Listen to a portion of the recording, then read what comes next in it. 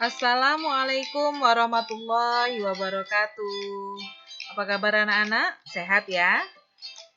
Baik anak-anak, kita berjumpa kembali hari ini pada tema 2, subtema 3.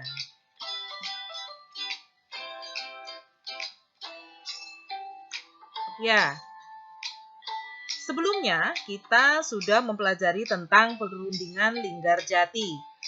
Jalan damai melalui perundingan antara Indonesia dan Belanda ini dapat menginspirasi kita bahwa ada berbagai cara untuk menyelesaikan masalah. Ada banyak hal yang dapat memberikan inspirasi pada kehidupan, termasuk bentuk hewan.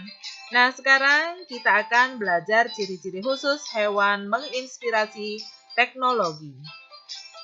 Allah Subhanahu wa Ta'ala menciptakan alam beserta isinya dengan sempurna, baik bentuk maupun fungsinya. Sejak dulu, manusia sudah menciptakan sesuatu yang terinspirasi dari makhluk hidup lainnya. Teknologi yang ada di dunia saat ini merupakan teknologi yang luar biasa. Manusia telah melakukan berbagai macam inovasi untuk menyempurnakan teknologi. Beberapa peralatan ciptaan manusia dari hasil perkembangan teknologi banyak mendapat inspirasi dari bentuk hewan. Beberapa bentuk hewan yang memberikan inspirasi teknologi diantaranya yaitu lalat, capung, kecoa, lumba-lumba, dan sebagainya. Baik, berikut ini akan kita bahas beberapa hewan yang menginspirasi teknologi.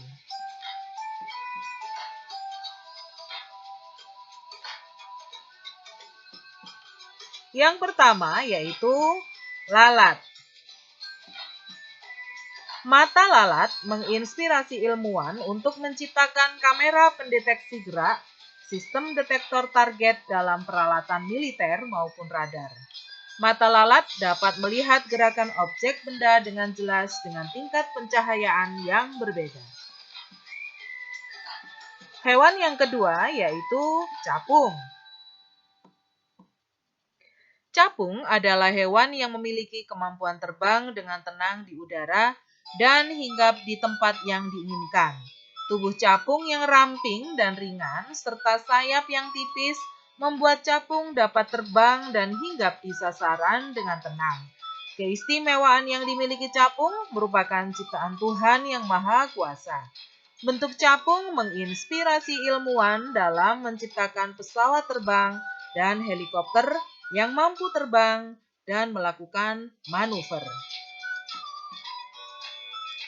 Baik anak-anak, begitu banyak hewan yang ada di Indonesia yang memiliki inspirasi untuk teknologi.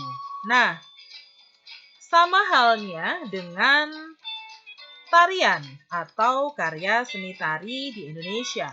Banyak pula ragamnya.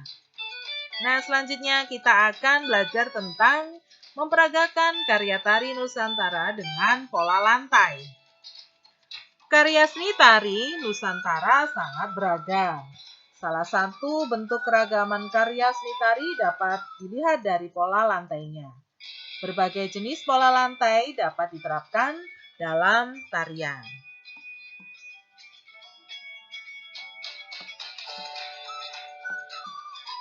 Selanjutnya, tentang persiapan peragaan karya tari dengan pola lantai. Pertunjukan karya tari perlu persiapan. Persiapan itu pada dasarnya bertujuan agar karya tari benar-benar layak ditampilkan di hadapan penonton. Tujuan persiapan peragaan tari adalah agar peragaan karya tari baik tunggal, berpasangan maupun berkelompok berhasil tampil dengan baik di depan orang lain. Jika berhasil dengan baik, tentu penonton tidak akan kecewa dan koreografer pun merasa puas dengan karyanya.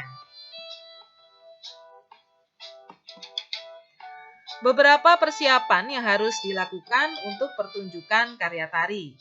1. Menentukan bentuk karya tari. 2. Memilih karya tari. 3. Menentukan jumlah penari. Yang keempat, memilih properti tari. Sedangkan yang kelima, menentukan busana tari. Dan yang terakhir, menentukan pola lantai.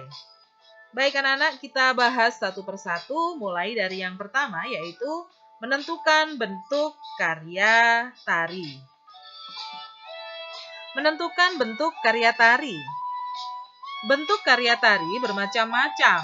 Ada bentuk tari tunggal, bentuk tari berpasangan, dan bentuk tari kelompok.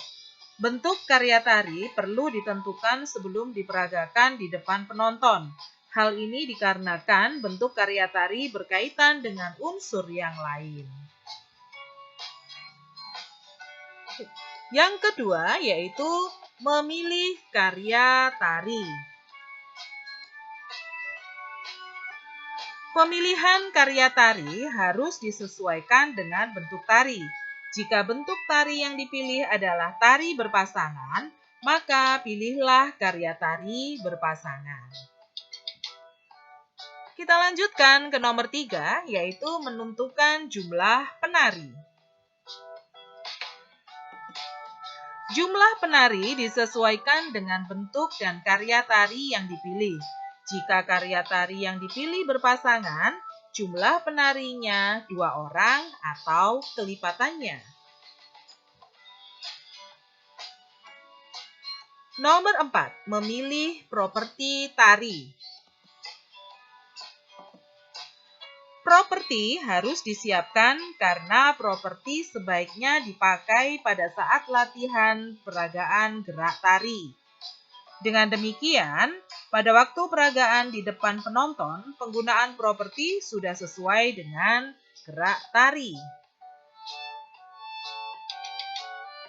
Yang kelima, menentukan busana tari.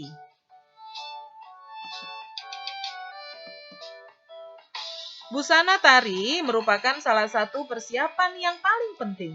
Busana tari juga menjadi ciri khas dalam suatu tarian. Busana yang perlu disiapkan meliputi kain, baju, dan aksesoris lain berupa gelang, kalung, subang, dan cunduk mental. Persiapan yang terakhir yang harus dilakukan yaitu menentukan pola lantai. Hal ini sudah kita bahas di materi yang sebelumnya.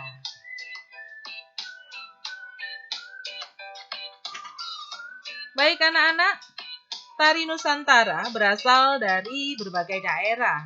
Ketika memperagakan tarian dari suatu daerah, kita harus beradaptasi untuk mempelajarinya. Tidak hanya manusia, hewan pun perlu beradaptasi dengan lingkungannya. Nah, kita ulas kembali adaptasi pada hewan yang sudah kalian dapatkan pada pembelajaran sebelumnya. Adaptasi adalah kemampuan makhluk hidup untuk menyesuaikan diri dengan lingkungan hidupnya. Berdasarkan bentuknya, adaptasi diklasifikasikan menjadi 3, yaitu adaptasi morfologi atau adaptasi bentuk tubuh, kemudian adaptasi fisiologi atau adaptasi fungsi kerja tubuh, serta adaptasi tingkah laku behavioral.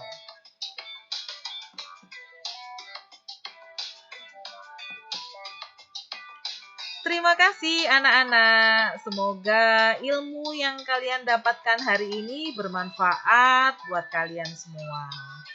Pesan Bu Guru, tetap semangat belajar di rumah. Satu lagi, jangan lupa sholat 5 waktu. Bu Guru akhiri.